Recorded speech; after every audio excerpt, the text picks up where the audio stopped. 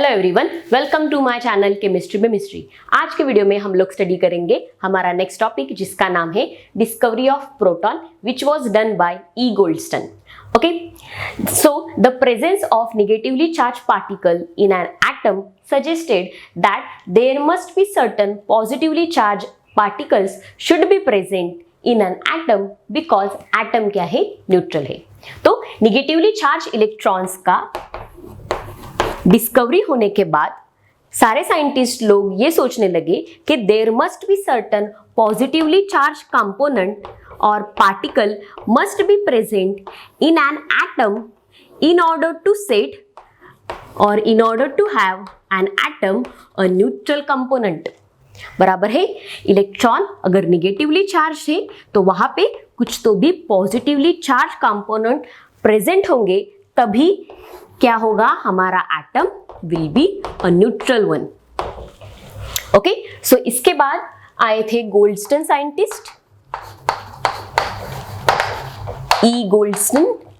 He has discovered proton. He has discovered proton. So like cathode rays, he has discovered that there are certain rays which are coming behind the cathode.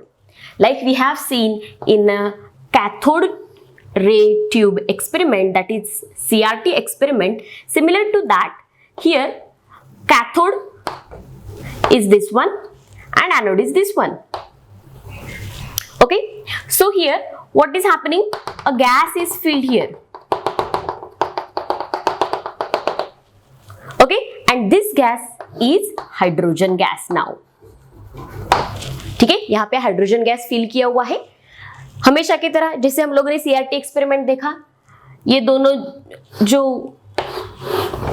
Electrodes है इनको क्या किया गया है, कुछ voltage दिया हुआ है, इलेक्ट्रिक करंट सप्लाई किया हुआ है, यहाँ पे वैक्यूम पंप रखा हुआ है प्रेशर क्या करने के लिए, अच्छे से प्रेशर मेंटेन करने के लिए।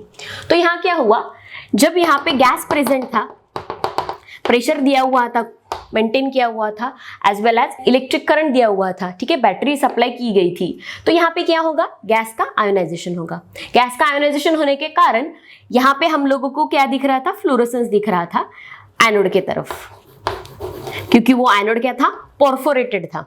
ओके, उसमें कुछ होल्स थे और उस कारण हम लोगों ने जे थॉमसन मॉडल में देखा, अभी जे थॉमसन का एक्सपेरिमेंट में, कि एनोड के साइड में क्या हुआ था, फ्लोरोसेंस दिखाई दे रहा था। ओके, हम लोगों ने इलेक्ट्रिक फील्ड भी सप्लाई की, मैग्नेटिक फील्ड भी सप्लाई की। उसी तरह गोल्डस्टन ने क्या किया, ही has taken cathode as a perforated one. उन्होंने क्या किया, कैथोड को परफोरेटेड लिया, perforated cathode.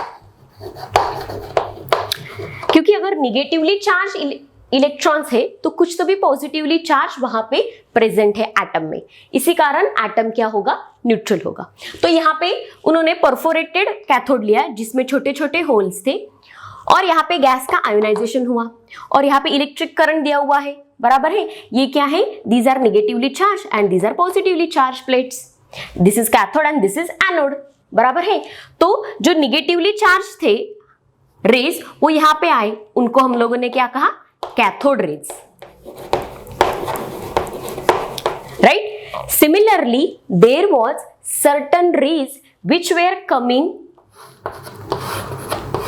Behind this cathode and when this side, और उन्होंने क्या किया था, E Goldstein has covered this side with ZNS। उन्होंने क्या किया था, ये साइड उन्होंने ZNS से कोट की थी और उनको ये ऑब्जर्व हुआ कि जैसे कैथोड रेज यहाँ पे एनोड के पास आ रहे थे क्योंकि वो निगेटिवली चार्ज थे, उसी तरह से यहाँ पे जब हम लोग हाइड्रोजन गैस का आयोनाइजेशन करते हैं तब वहां जब हम हाइड्रोजन में से इलेक्ट्रॉन निकालेंगे तब हम लोगों को क्या मिलेगा, H+ और एक इलेक्ट्रॉन। और अगर electron in the form of cathode rays negatively charged particle are coming at the anode, similarly there must be certain positively charged rays which are coming behind this cathode and ऐसा ही हुआ, उनका experiment successful हुआ।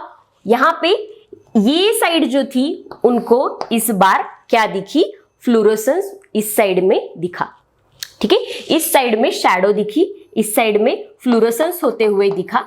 और इस fluorescence को उन्होंने क्या कहा कि these are the rays which are positively charge, और वो क्या कर रहे थे, एनोड के पास से कैथोड की तरफ दौड़ रहे थे। इस वजह से इन रेज को क्या कहा गया एनोड रेज। कैथोड रेज किनको कहा था हम लोगों ने, जो कैथोड की तरफ से एनोड की तरफ दौड़ रहे हैं उनको हम लोगों ने कहा cathode raise.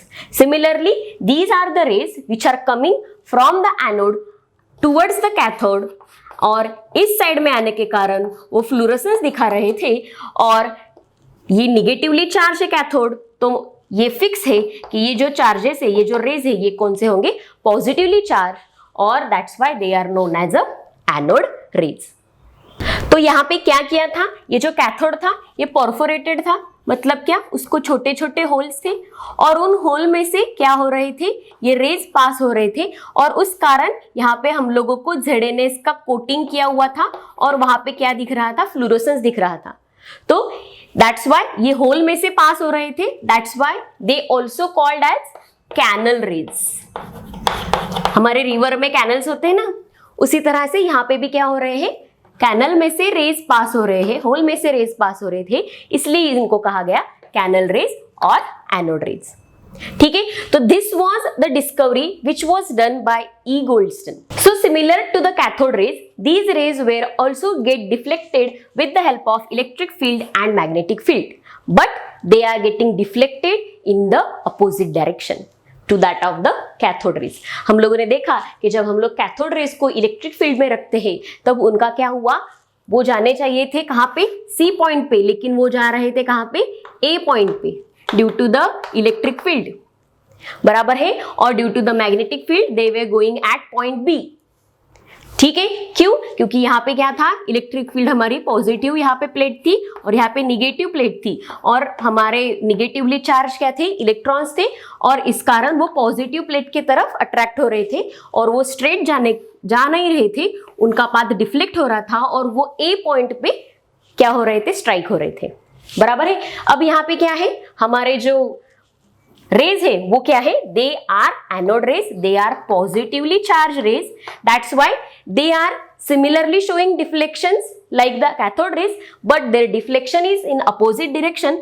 Likewise, these rays are positive rays, so instead of going in a straight line, they are getting deflected, since these plates are what, like this way, positive and negative. So since they are positively charged, they will get deflected here. I will call this point as a B, this is C.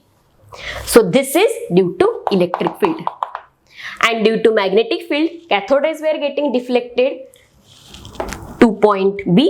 तो यहाँ पे क्या होंगे, वो यहाँ जाएंगे point A की तरफ। तो इस तरह से इनका क्या हुआ, उल्टा नेचर दिखाई दिया कैथोड रेज के कंपैरिजन से, और इसी वजह से इनको क्या कहा जाता है, पॉजिटिव रेज कहा जाता है। ठीक है, because cathode rays are negatively charge rays, so these are positively charge rays, or these are also known as anode rays, or these are also known as canal rays.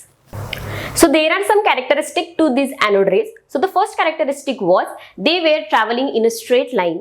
ठीक है, anode rays का path क्या था, वो straight line में travel होते थे।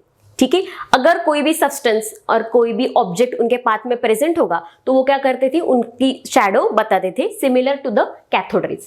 सी, they travel in a straight line and they cast the shadow of the object which is placed in their path. That was the first characteristic of anode raise.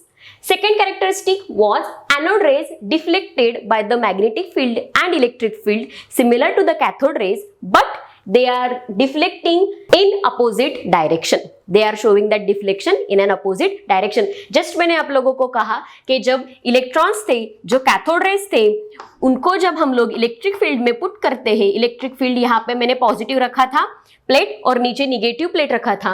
पहले cathode rays straight जा रहे थे point सी पे, लेकिन जब हम लोगों ने इलेक्ट्रिक फील्ड में इनको रखा तब वहां पे क्या हो रहा था, cathode rays were going at point A, लेकिन जब मैंने मैग्नेटिक फील्ड में रखा तब वो जा रहे थे पॉइंट बी पे। इस तरह से नेचर था ये निगेटिवली चार्ज इलेक्ट्रॉन्स का या फिर कैथोड रेज का। लेकिन एनोड रेज क्या कर रहे हैं, डिफ्लेक्शंस वो भी दिखाते हैं, लेकिन वो अपोजिट डायरेक्शन में दिखाते हैं।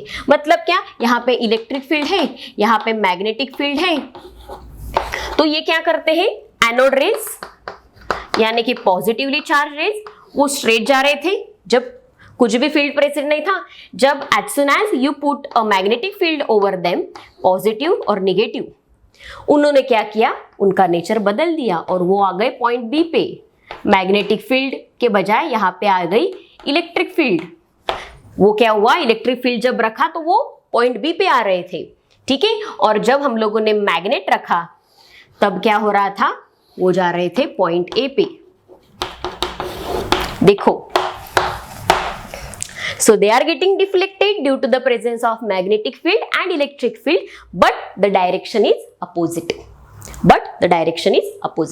Now next characteristic of anode rays was similar to the cathode rays. These rays rotate the wheel placed in their path. जो भी अगर व्हील प्रेजेंट होगा उनके पाथ में, मैंने आप लोगों को ये पहले ही बताया है, अगर व्हील प्रेजेंट होगा और अगर रेज पास हो रहे होंगे तो वो ये व्हील क्या हो जाता है, रोटेट होता है, ठीक है। ये व्हील क्या होने लगता है, रोटेट होने लगता है।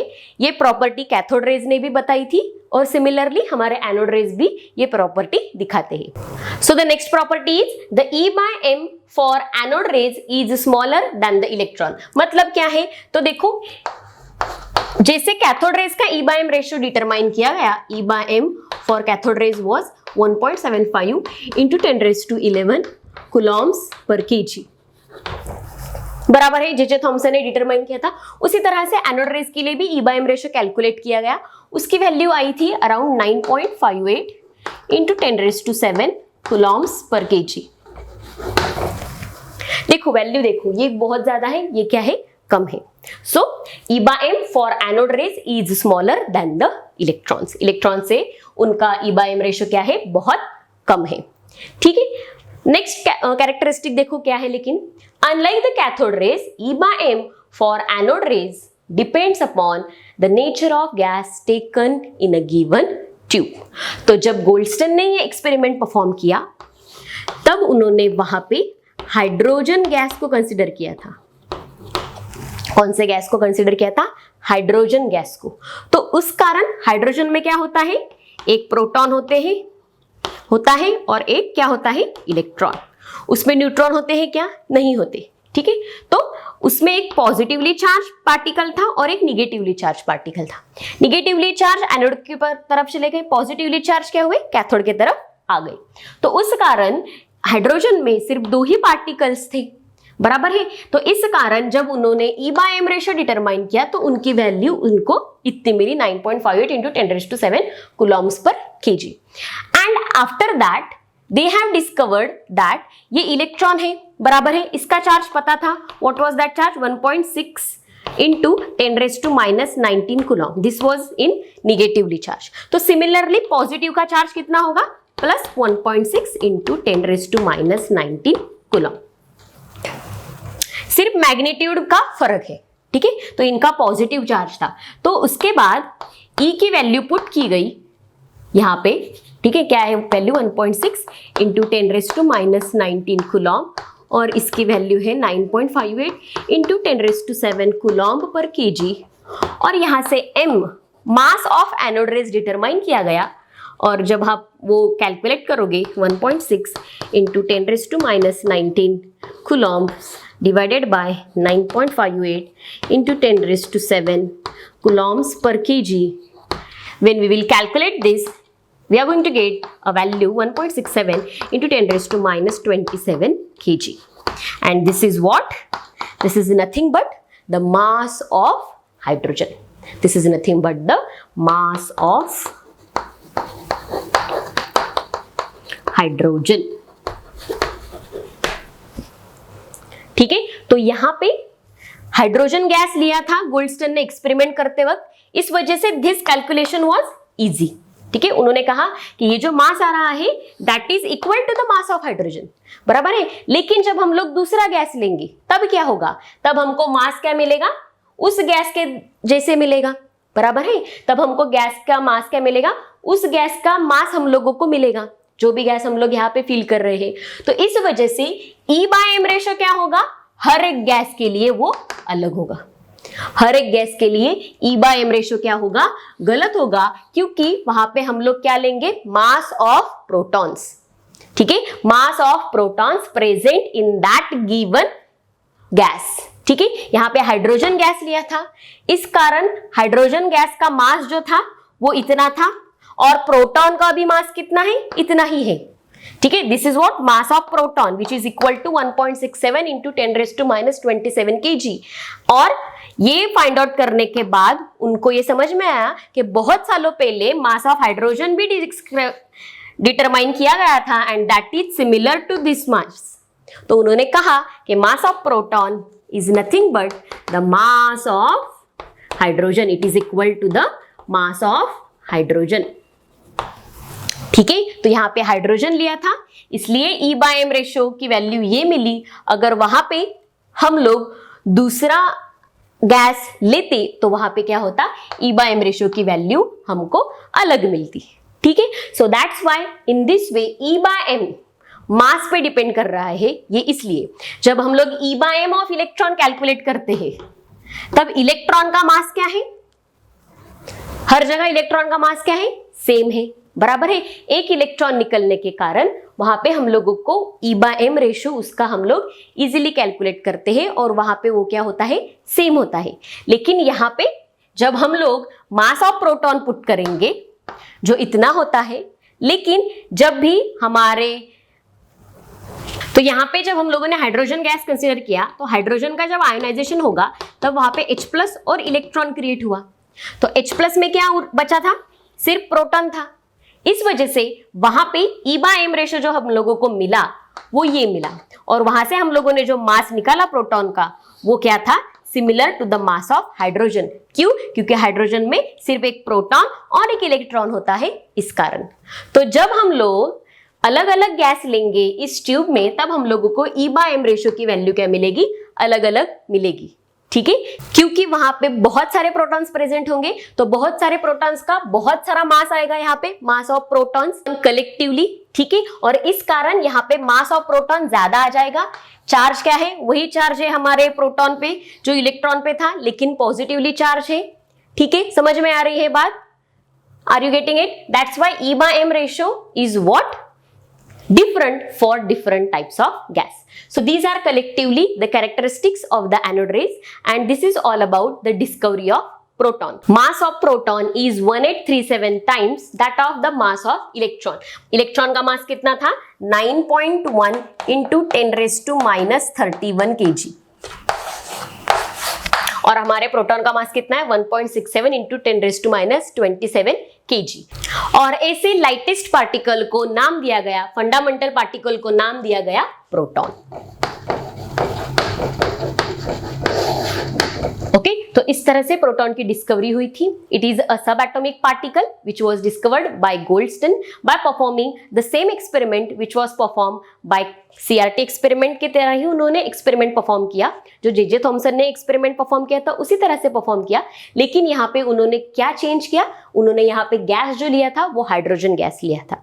इस कारण उनको इलेक्ट्रॉन यहाँ पे चले गए तो बचे हुए जो पार्टिकल्स थे जो पॉजिटिवली चार्ज थे, यहाँ पे कैथोड रे हमारा परफोरेटेड था, इस वजह से वो क्या हुए, स्ट्राइक हुए इस साइड में। पहले जो तो एक कैथोड वो परफोरेटेड नहीं था, इस कारण इस साइड में कोई भी रेज आ नहीं रही थी। ठीक है, this screen was getting completely blocked और उस वजह से यहाँ पे कुछ भी नहीं आ रहा था। तो यहाँ पे जब उन्होंने ZNS कोट किया तो वहां उनको भी वहां पे फ्लोरोसेंस दिखाई दिया, और इस कारण इस प्रकार से एनोड रेज की, पॉजिटिवली चार्ज रेज की या फिर प्रोटॉन्स की डिस्कवरी हुई। आज के लेक्चर में हम लोगों ने क्या किया, गोल्डस्टन ने एनोड रेज की डिस्कवरी कैसे की वो देखी है। नेक्स्ट लेक्चर में मिलेंगे with the next discovery of a fundamental particle, that is what, neutron. But before neutron, we are going to get towards the radioactivity concept. Stay tuned for the next video. Thank you so much for watching this video.